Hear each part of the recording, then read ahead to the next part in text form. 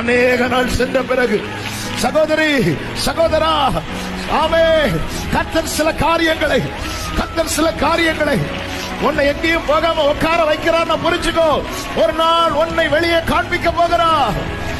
ஆமே, உன்னை பார்த்தாதான் சிலது நடக்கும்படிக்கு உன் குடும்பத்துல, நீ வேலை செய்யற இடத்துல, நீ ஊழியம் செய்யற இடத்துல, நீ தங்கி இருக்கிற பட்டணத்துல ராஜாக்களுடைய முக தரிசனத்தை அநேகர் விரும்புவாங்களாம். காலையிலே அவங்க வீட்டுக்கு முன்னாடி வெயிட் பண்ணுவாங்க. ஒரு வாட்டி பாத்துட மாட்டேன், எத்தனை மனுக்களை எழுதி கையில வச்சு அந்த முக தரிசனத்தை அவர் மட்டும் ஒண்ணு பார்த்துட்டு, என் மனுவை நான் கொடுத்துட்டேன்னா அப்படி ராஜா அப்படி அந்த கூட்டத்துல நம்மள அப்படி ஒரு பார்வை பார்த்துட்டாரு, அந்த முக தரிசனத்தை நாடுவார்களாம்.